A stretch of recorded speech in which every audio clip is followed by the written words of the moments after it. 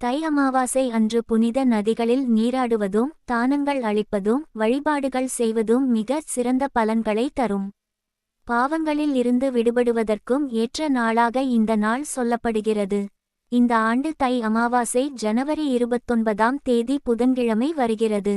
ஜனவரி 28ஆம் தேதி இரவு காலை 8:10 மணிக்கு துவங்கி ஜனவரி 29ஆம் தேதி இரவு காலை 7:21 வரை அமாவாசை திதி உள்ளது.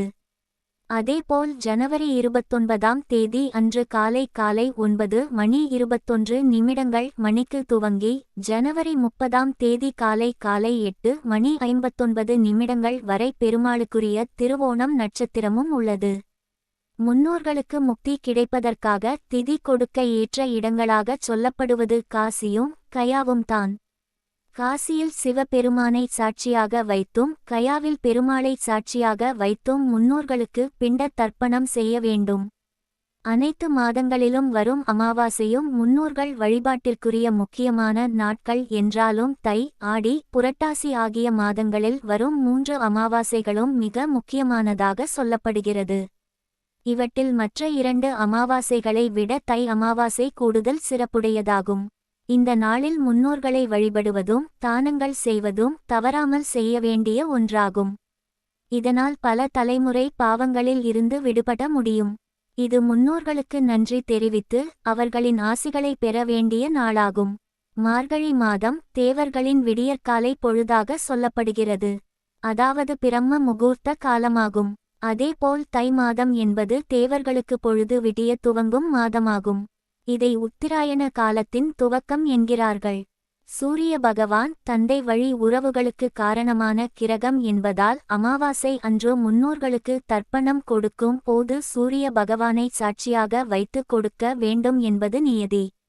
அதனால் தேவர்களுக்கு சூரிய உதய காலமாக இருக்கக்கூடிய மாதமான தை மாதத்தில் வரும் அமாவாசை என்பதாலும் உத்திராயண காலத்தில் வரும் முதல் அமாவாசை என்பதால் தை அமாவாசை சிறப்புக்குரியதாக சொல்லப்படுகிறது.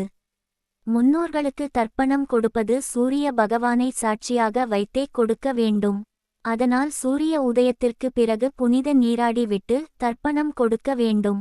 காலை 6 முதல் காலை 7:20 வரை, காலை 9 முதல் 11:55 மணி வரை தர்ப்பணம் கொடுக்க ஏற்ற நேரங்களாகும். திருவோண நட்சத்திரத்தில் தர்ப்பணம் கொடுக்க வேண்டும் என்கிறவர்கள் காலை 9:21 முதல் 11:55 வரை தர்ப்பணம் கொடுக்கலாம். புதன்கிழமை வேலை நாள் என்பதால் திருவோண நட்சத்திரத்தில் தர்ப்பணம் கொடுக்க முடியாது என்பவர்கள் காலையில் சொல்லப்பட்ட நேரத்தில் தர்ப்பணம் கொடுக்கலாம். நீர்நிலைகளுக்கு சென்று தர்ப்பணம் கொடுக்க முடியாதவர்கள் வீட்டிலேயே முன்னோர்கள், காசி மற்றும் கயா தலங்கள் ஆகியவற்றை மனதில் நினைத்து எள்ளும் தண்ணீரும் இறைத்து தர்ப்பணம் கொடுத்து விட்டு சூரிய பகவானை வழிபடலாம். அமாவாசை அன்று முன்னோர்களுக்கு படையல் போடும் போது பூஜை அறையில் போடக்கூடாது. ஹாலில் முன்னோர்களின் படங்களை வைத்து அதற்கு முன்பாக இலை போட்டு தான் படையல் போட வேண்டும்.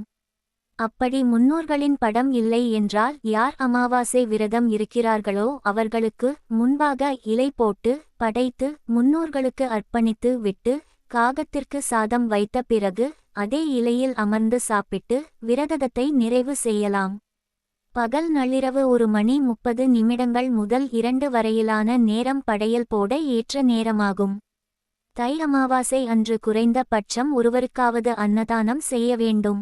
முடிந்தவர்கள் அருகில் உள்ள கோவிலுக்கு சென்று முன்னோர்களை நினைத்து நல்லெண்ணெயில் தீபம் ஏற்றி அவர்கள் மோட்ச கதியை அடைய வேண்டும் என வேண்டிக் கொண்டு விளக்கேற்ற வேண்டும்.